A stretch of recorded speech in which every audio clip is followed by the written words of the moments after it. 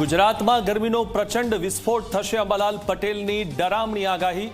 આગામી દિવસોમાં ગુજરાત ભઠ્ઠીની જેમ શેકાશે. આ વર્ષે ગરમી 147 વર્ષના તમામ રેકોર્ડ તોડી શકે છે તે વાતનો ઉલ્લેખ પણ અંબાલાલ પટેલે કર્યો છે. અમદાવાદ અને વડોદરા સહિતના મધ્ય ઝોનમાં અકલ્પનીય ગરમી પડવાની શક્યતા છે. 6 મે પછી ગરમીના પારામાં આક્રમક વધારો થશે. લૂના પવનો ફૂંકાશે. લૂ લાગવાના કેસમાં વધારો થવાની પ્રબળ શક્યતા છે. ગરમીની વચ્ચે જ 50 કિલોમીટરની ઝડપે પવન ફૂંકાશે.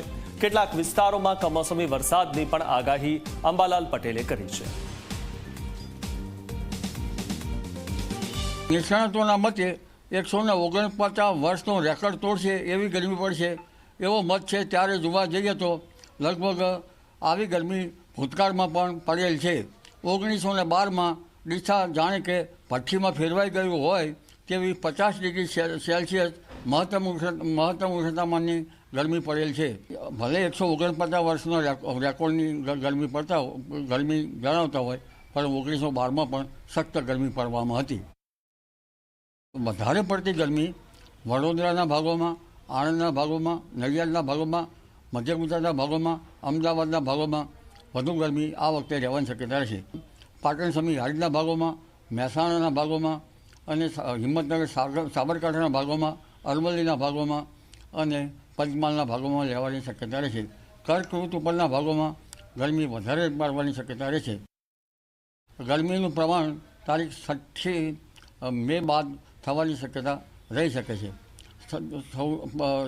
લગભગ રાજકોટ અને કચ્છમાં પણ ગરમી પડવાની શક્યતા રહેશે. કચ્છના ભાગોમાં પણ મહત્તમ ઉષ્ણતામાન 41 ડિગ્રી સેલ્સિયસ કે 42 ડિગ્રી સેલ્સિયસ જેવું થવાની શક્યતા રહેશે. રાજકોટ અને ઉત્તર સૌરાષ્ટ્રના ભાગમાં પણ ભારે ગરમી પડવાની શક્યતા રહેશે. એટલે આ ગરમી સખ્ત પડવાની શક્યતા રહેશે.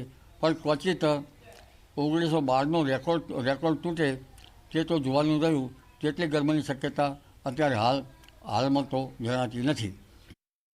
તારીખ 3, 4, 5માં તો હવામાન પલટાશે, પરંતુ તારીખ 5 થી 8 કે 9 સુધીમાં ગુજરાતના હવામાનમાં પણ પલટો આવવાની શક્યતા રહેશે. લગભગ પંચમહાલના ભાગો અને દક્ષિણ ગુજરાતના કોઈ ભાગમાં ક્યાંક હળવો વરસાદ થઈ શકે અને સૌરાષ્ટ્રના પશ્ચિમના ભાગોમાં ક્યાંક હળવો વરસાદ કે છાંટા થઈ શકવાની શક્યતા રહે. સૌરાષ્ટ્રના ભાગોમાં વાદળવાયુ આવવાની શક્યતા રહે, ક્યાંક છાંટા પડવાની શક્યતા રહે. ઉત્તર ગુજરાતના ભાગોમાં પણ વાદળવાયુ આવવાની શક્યતા રહે. પણ લગભગ પૂર્વ ગુજરાતના ભાગોમાં પ્રી મોન્સૂન એક્ટિવિટીનો વરસાદ થવાની શક્યતા રહે. દક્ષિણ ગુજરાતના ભાગમાં પણ ક્યાંક પ્રી મોન્સૂન એક્ટિવિટીનો વરસાદ થવાની શક્યતા રહે. પણ ઉલ્લેખનીય છે આ વરસાદ સાથે હમણાં પવનની ગતિ વધારી રહેશે.